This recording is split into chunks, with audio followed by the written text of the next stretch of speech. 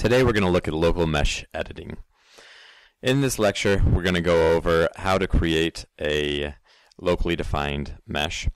We'll look at the reasons you need to redefine the mesh are because you want to keep the CFD, the mesh aspect ratio for the CFD looking okay.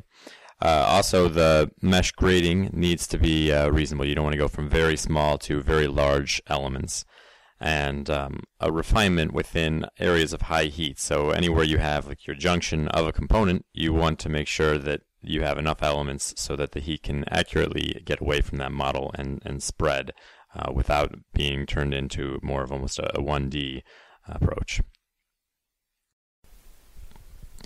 We're going to look at the mesh of a simple component on top of a larger cold plate and with a PCB on top of it. What this gives us is a very small element with some extremely thin layers and then much larger, relatively larger geometry around it. So when we do the automatic mesh here, it's not going to give us the best mesh alignment that we could have. We would like to have larger elements as it's going away, so larger elements down here and at the outside. But instead we have the larger elements here, and then we'd like a finer element mesh around the actual heat source, which is coming from the component here. So it'd be nice if it was graded away from here and then graded out as it goes away from that as well. So if we look at our first parameters here, element size by interface key plane, that's currently 2. If we change that to a 1 and hit apply, we can see it makes elements much finer here, but they're still larger as they go away.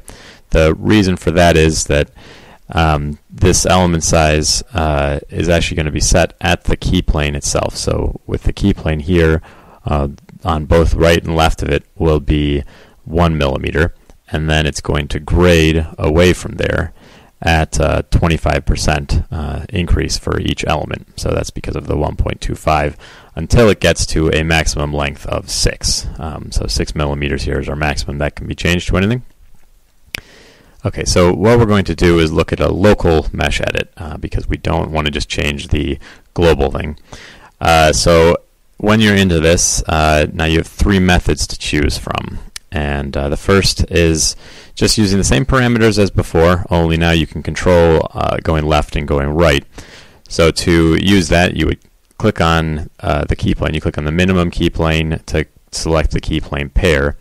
And then whatever we use here, so if we switch this back to 2 instead of the 1 and apply, we can see this changes back to how our other mesh was previously, only everything else is staying the same. Okay, another method to use here, method 2, actually allows you to pick exactly how many elements you want. So I can say I want 21 elements between these 2 key planes, and I want a ratio of, say, 4. Now what that means is that the first element, or the minimum element here, will be 4 times larger than the last. So if we can see how that grades it closely into this. The third method, method 3, actually allows you to go first to center. So here we could look at this center element here and say, well, I'd like to have smaller elements here in the middle and then getting bigger as they go. So we can go with, say, 5, and then say for the first ratio to the center, we actually want the first to be, say, twice the size of the center. So we pick 2, and there you can see here that there's a smaller element in the middle going out to a larger element on the outside. For the other side here, we would go back to method 2 again and say I want 21 and maybe a first to last ratio of 0.25 because we're still talking about the minimum edge length. So this time that will now be the opposite of what we did over here.